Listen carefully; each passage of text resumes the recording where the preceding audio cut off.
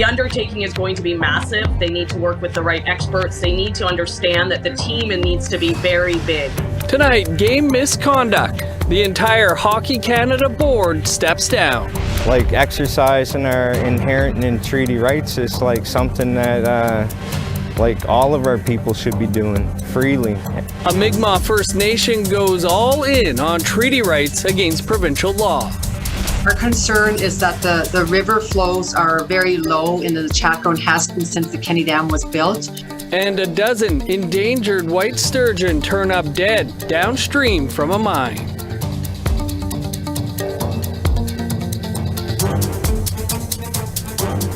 Good evening, I'm Dennis Ward. Welcome to APTN National News. A Mi'kmaq band councillor was in court today. Chris Gugu is facing charges for allegedly breaching Nova Scotia's Cannabis Act. Gugu says he has a treaty right, protected under Canada's Constitution to do so. Angel Moore reports. About 30 people gathered in front of the Dartmouth Provincial Court to support Chris Gugu of the Millbrook First Nation.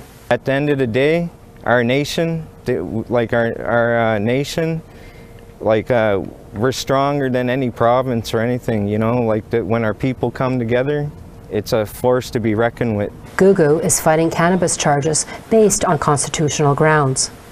Like exercising our inherent and treaty rights is like something that like all of our people should be doing freely and not have to be harassed by any bodies of governments. Gugu's cannabis store is located on land that is part of Millbrook. Last December, the Halifax RCMP's Street Crime Unit raided it and 4 other unlicensed shops and charged Gugu with the illegal possession and selling of cannabis. One supporter is Del Riley, is the former head of the National Indian Brotherhood, the forerunner of the Assembly of First Nations, author of Section 35 of Canada's Constitution, which recognizes and affirms treaty rights. The nations here have they're in a wonderful position in terms of the fact that all of their rights are totally intact in all of the land here. I know I'm on their land right here because nobody bought it from them. Chief Bob Glode of the Millbrook First Nation supports Gugu and says Millbrook is in the process of developing their own cannabis regulations. And our community will decide as a collective under our rights how it's going to appear and operate and exist within our community. Gugu says selling goods on traditional land is his treaty right. We never lost our lands in a war. We never sold our lands. We didn't make an agreement for our lands. As far as I'm concerned, I'm standing on my unceded Mi'kmaq territory, and I should be able to exercise any of my rights. Gugu's lawyer, Jack Lloyd, plans to use selling cannabis as a treaty right protected by the Constitution as a defense. A Nova Scotia court will decide whether that argument is valid next October, with trial on the charges set to go the following month. Angel Moore, APTN National News, Cole Harbour, Nova Scotia. To Saskatchewan now, where the Federation of Sovereign Indigenous Nations is calling out what it says is the mistreatment of First Nations patients at the Regina General Hospital. At a press conference today, a patient spoke of racism and discrimination. And Ewanin spoke on behalf of her father, Thomas Favel. Favel is a 77-year-old patient from Kawakatus in southern Saskatchewan. He's been on dialysis for 14 years. In late September, he was airlifted to the Regina General Hospital shortly after being sent home with a puffer from Wynyard Hospital, a rural facility. While a patient at the Regina General Hospital, Favel, who's a residential school survivor, alleges he was restrained by staff as they said he was trying to run away. The next morning he phoned me. He was so upset. He told me that it was shortly after 7 that he was restrained. So I phoned the hospital and they told me he's delirious. So I raced up with my son and I told him, okay, Dad, whatever they restrained you with, keep it. So I got there and sure enough, there was restraints on his bed, keeping in mind he was in the hospital for double pneumonia.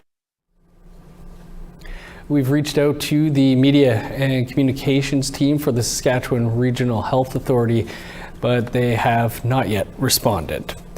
After nearly a dozen sturgeon were found dead in the Nechako River last month, 3 BC First Nations are expressing concern, and they're calling mining company Rio Tinto and the federal and provincial governments to start doing a better job of managing the river. APTN's Lee Wilson has that story. Sycus Latin and Natalie Witan First Nations along the Nechako River expressed concerns about the low water due to the Kenny Dam, which was built by Rio Tinto Alcan in the early 1950s. Sycus First Nation Chief Priscilla Mueller says Nechako translates to Big River, but the water is so low at the moment that people could walk to the middle of it. Our concern is that the river flows are very low in the Nechako and has been since the Kenny Dam was built. And we just feel like not much has been done over the, even 11 years since we started kind of investigating and looking into the river. Last month, nearly a dozen endangered white sturgeon were found dead in a 1-week period, according to the province of British Columbia. Provincial scientists have taken samples for laboratory testing, but they do not believe the fish died from disease, chemical exposure, or because of angling or gillnet fisheries. The fish show no visible signs of injury. The nations on the Nechako River have harvested sturgeon historically, but with the declines, Chief Mueller can't remember the last time it was harvested in her community. The salmon numbers are too low to catch as well. The Sycus First Nation have been in a lengthy legal battle with Rio Tinto, the federal and provincial government, over the Aboriginal right to fish the Nechako River. Earlier this year, the BC Supreme Court ruled that the Kenny Dam caused or contributed to a substantial decline in the Nechako white sturgeon and salmon populations. Justice Kent's comments were, the government needs to step up and they need to regulate that flow. They need to give direction to Rio Tinto to regulate that flow and release more water. And that's what we're asking, that they release more water. In an email statement to APTN News, Rio Tinto says they are aware of the sturgeon deaths in the Nechako and Fraser rivers, and they are working with local First Nations on the water flow. Over the last 2 years, Rio Tinto has been working with First Nations and local communities to improve the water flow into the Nechako River while still monitoring the flood risks in Vanderhoof.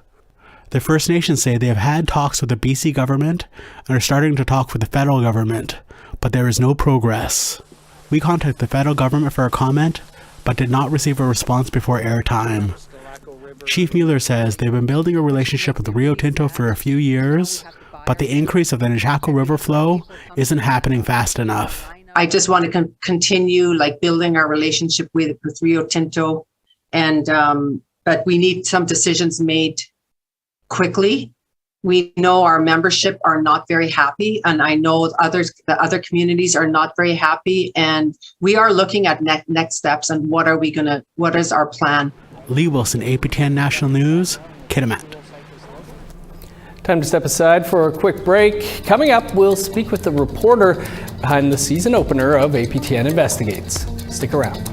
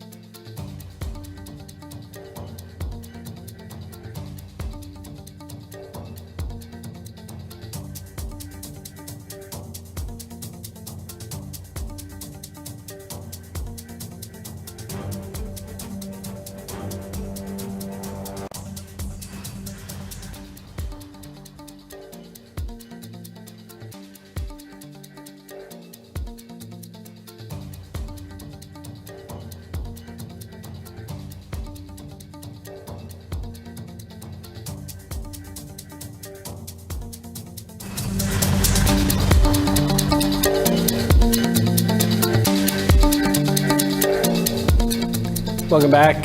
This summer, Pope Francis apologized for the role the Catholic Church played in Canada's residential school system. For the season opener of APTN Investigates, video journalist Charlotte Mort-Jacobs takes a look back at the historic apology and speaks with survivors about a path forward. Charlotte joins us now from Yellowknife. Charlotte, thanks for being with us. There was a lot of anticipation and build-up to the papal visit. What was the process of story collecting for the historic moment? Thanks, Dennis. When APTN Investigates went down to Muscatcheese, really our plan of action was just to allow survivors to share their story, how they felt was fitting and suiting. Obviously we didn't know what would happen with the papal visit, nor did they. And that's why we made sure that we went down before, during, and stayed after as well. It involved getting to know a handful of survivors, going with them to their homes, kind of seeing their everyday life outside of the papal visit and in their own environment and their own time and space, allowing them to share their story on how their residential school experience had affected them, what an apology meant to them, and really whatever they were willing to share, that's what we took and ran with.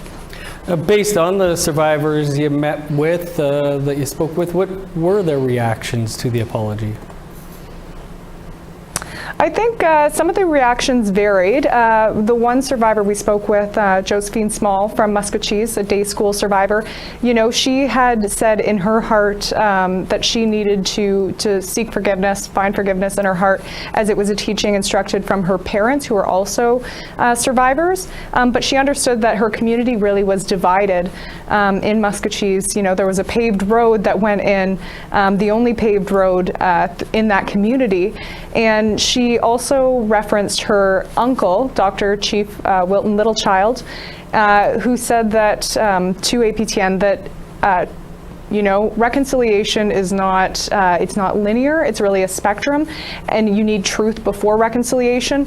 So, when Dr. Wilton Littlechild went over to the Vatican and there was a delegation who spoke with the Pope, when a harm is done, then an apology is warranted, and that was something that, he and other commissioners with the TRC had heard from survivors, that they wanted an apology. From there, when apology is issued, then justice can start taking shape. But it's really a healing journey, and that's what we heard from multiple survivors, that it's going to take a long time to process. It's only a few months out, but it's still a very historic and very, very historic moment in time to reflect on. It has been a few months since the Pope visited. Why do you think it is important to reflect back on the events that took place? I think it's important not to lose sight of what happened in Muscatcheese and also in Quebec and Iqaluit, because there's still a lot of unanswered questions, and there was promises but not really concrete actions that were solidified. There's still questions on the role church and state has left yet to play in regards to unmarked graves, to the release of records, to outstanding payments for survivors, and to the return of artifacts, and really how the church will follow up with this, what the timeline will look like, and how they'll seek input in doing these things within protocol of Indigenous communities. Well, it was a great episode, Charlotte. Appreciate you speaking with us about it. Thank you. And you can watch that episode right now by visiting our website, aptnnews.ca. Well, reflection on Canada's residential school era is ongoing beyond the National Day for Truth and Reconciliation. And the Métis Nation of Ontario wants to ensure that the Métis history with the schools is accurately represented. Mitch Case is a councillor with the MNO. He spoke with our Daryl Stranger earlier. Mitch, thanks so much for taking a few minutes out of your day to speak with us. Sure, thank you for having me, Daryl. So what is the Métis experience with residential schools? I mean, I think the Métis experience is certainly a complicated one. There are, a lot of Métis survivors who went to, the 139 schools that are included in the settlement agreement. But there's also a lot of Métis survivors who went to schools that were set up specifically for Métis people. Places like Isle across Saskatchewan and elsewhere that are not part of the settlement agreement, right? And so much of those experiences are the same as other survivors. So the traumas that are associated with that, and then with compounded trauma of having been ignored and left out of the settlement agreement. So what do we know about the number of Métis children who attended the schools? I mean, I think that's still part of the unanswered question, right? There are some numbers that are available for the schools that were included in the settlement, but the ones that were left out, that work hasn't really been done, right? So, Mitch, why is it so hard to provide an accurate number? Is it for some of the reasons you just mentioned there? Yeah, I mean, if there isn't recognition of those schools, then there isn't the research dollars and the work going into that. Certainly the most well known of those schools that's unrecognized is the school in Isle across Saskatchewan, and they're the survivors from that school have been very active for quite some time. They organizing as a collective to advocate for themselves. So, I would encourage Canadians to listen to those voices of those survivors who have been bringing this forward for quite some time. So, Mitch, how would documentation help that? Well, I mean, I think in some ways, the documentation is there. It's the then having the resources to take the raw documentation and be able to articulate that narrative and to be able to, we have to ask ourselves if the system, if residential schools were wrong, which I fully and wholly believe that, and I think we're reaching a point where Canadians are believing that and understanding the damage done by these systems, then how can we possibly, because of some jurisdictional battle from between Canada and the provinces in the past, how can we possibly say that we're just not going to reach a settlement agreement with survivors from other schools that are outside the settlement agreement? It doesn't, it's either wrong and we should fix it, or it isn't. And I personally think it is it's wrong, and it's wrong that they're being continually ignored. All right, and lastly here, Mitch, what did the National Day of Truth and Reconciliation mean to you? For me personally, I spent the day with survivors here where I live, survivors from the Shingwalk Residential School and others, but the one that was right here in town, and spent the day with them. But I think, more broadly, I think the thing I'm hearing a lot from our folks is that they want to see the awareness translate into action, translate into tangible action, and resolving some of the most outstanding issues for our community, and for Métis communities across the homeland, where the lack of a federal claims policy to deal with outstanding Métis rights issues is a sort of first and foremost in that attempted denial of our existence. All right, we'll have to leave it there, Mitch, but again, we certainly appreciate you taking a few minutes out of your day to speak with us about this. For sure. Thanks, Daryl. Time for one more quick break. Coming up, the entire board of Hockey Canada steps down after a week of criticism over its handling of the sex assault scandal.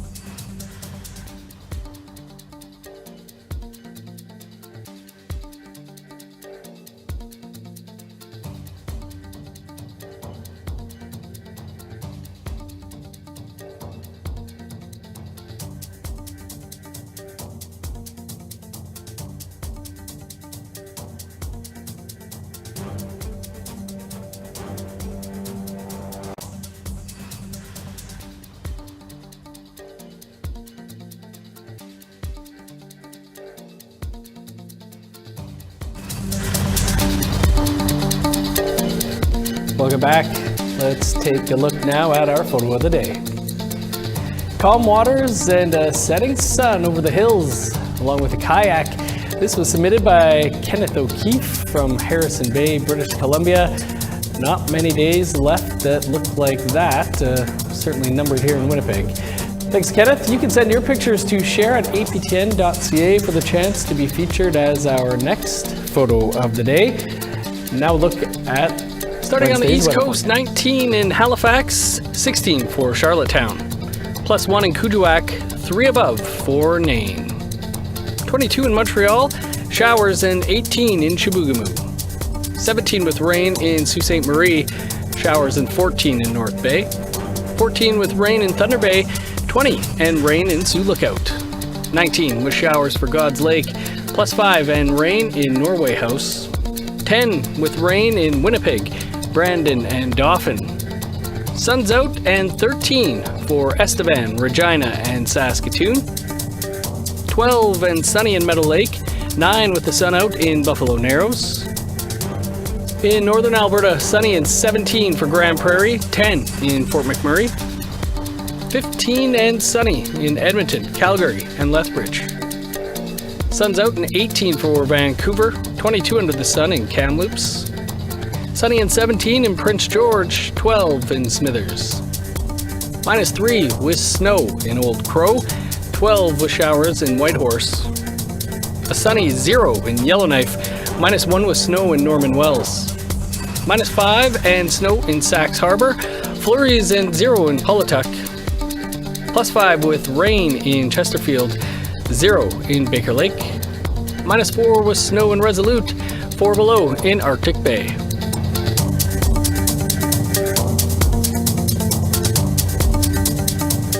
Well, after a week of pointed criticism from politicians, hockey parents, and even its own sponsors, Hockey Canada's CEO and the remaining members of its board have stepped down. This latest chapter in the Hockey Canada furor began a week ago when former board chair Andrea Skinner stood up for the board and embattled CEO Scott Smith and said the organization was being made into a scapegoat over its sexual assault scandal. Meanwhile, nearly everyone on the outside condemned the group for its collective inaction and attitude. Earlier today, Bauer became the latest sponsor to pull its support for Hockey Canada. The hockey equipment maker is ending its financial support for men's teams and will also stop providing free equipment. Allison Forsyth, the two-time Olympian and sexual abuse survivor, says the hard work starts now for the organization. The undertaking is going to be massive. They need to work with the right experts. They need to understand that the team needs to be very big. This is probably going to take about 10 to 15 people at least within that organization, or ultimately they should look at hiring outside of the organization. But if they do decide to do it themselves under new, more diverse, equitable, and to be honest, safe sport-focused leadership, then they need to understand that this is going to be a very, very large undertaking to get all the way to the grassroots levels. So why did it take so long to see the writing on the wall? Hockey Canada says the outgoing board recognized, quote, the urgent need for new leadership and perspectives in stepping down. Cree lawyer Eleanor Sunchild is our guest tonight on an all-new episode of Face to Face. Sunchild is legal counsel for the family of Colton Boushie, who was shot and killed by Saskatchewan farmer Gerald Stanley in 2016. Stanley was acquitted in Boushie's death. Sunchild believes it was the trial of the century. It defined race relations in our province. I had said before the trial, before Colton was even killed, that something was going to happen in this province, that race relations were to a point where there was going to be some sort of conflict. And here was a young Indigenous man who was shot by a white settler, and he was acquitted of it. That case defines this province. You can watch that entire episode of Face to Face right here in less than 2 minutes' time. That is all the time we have for your APTN National News for this Tuesday. For news anytime, you can visit our website, aptnnews.ca, and be sure to join us tomorrow live at 3 p.m. Eastern Time. That's when Daryl Stranger will be putting salmon in focus. I'm Dennis Ward. Thanks for being with us. Face to Face is next. Have a great night.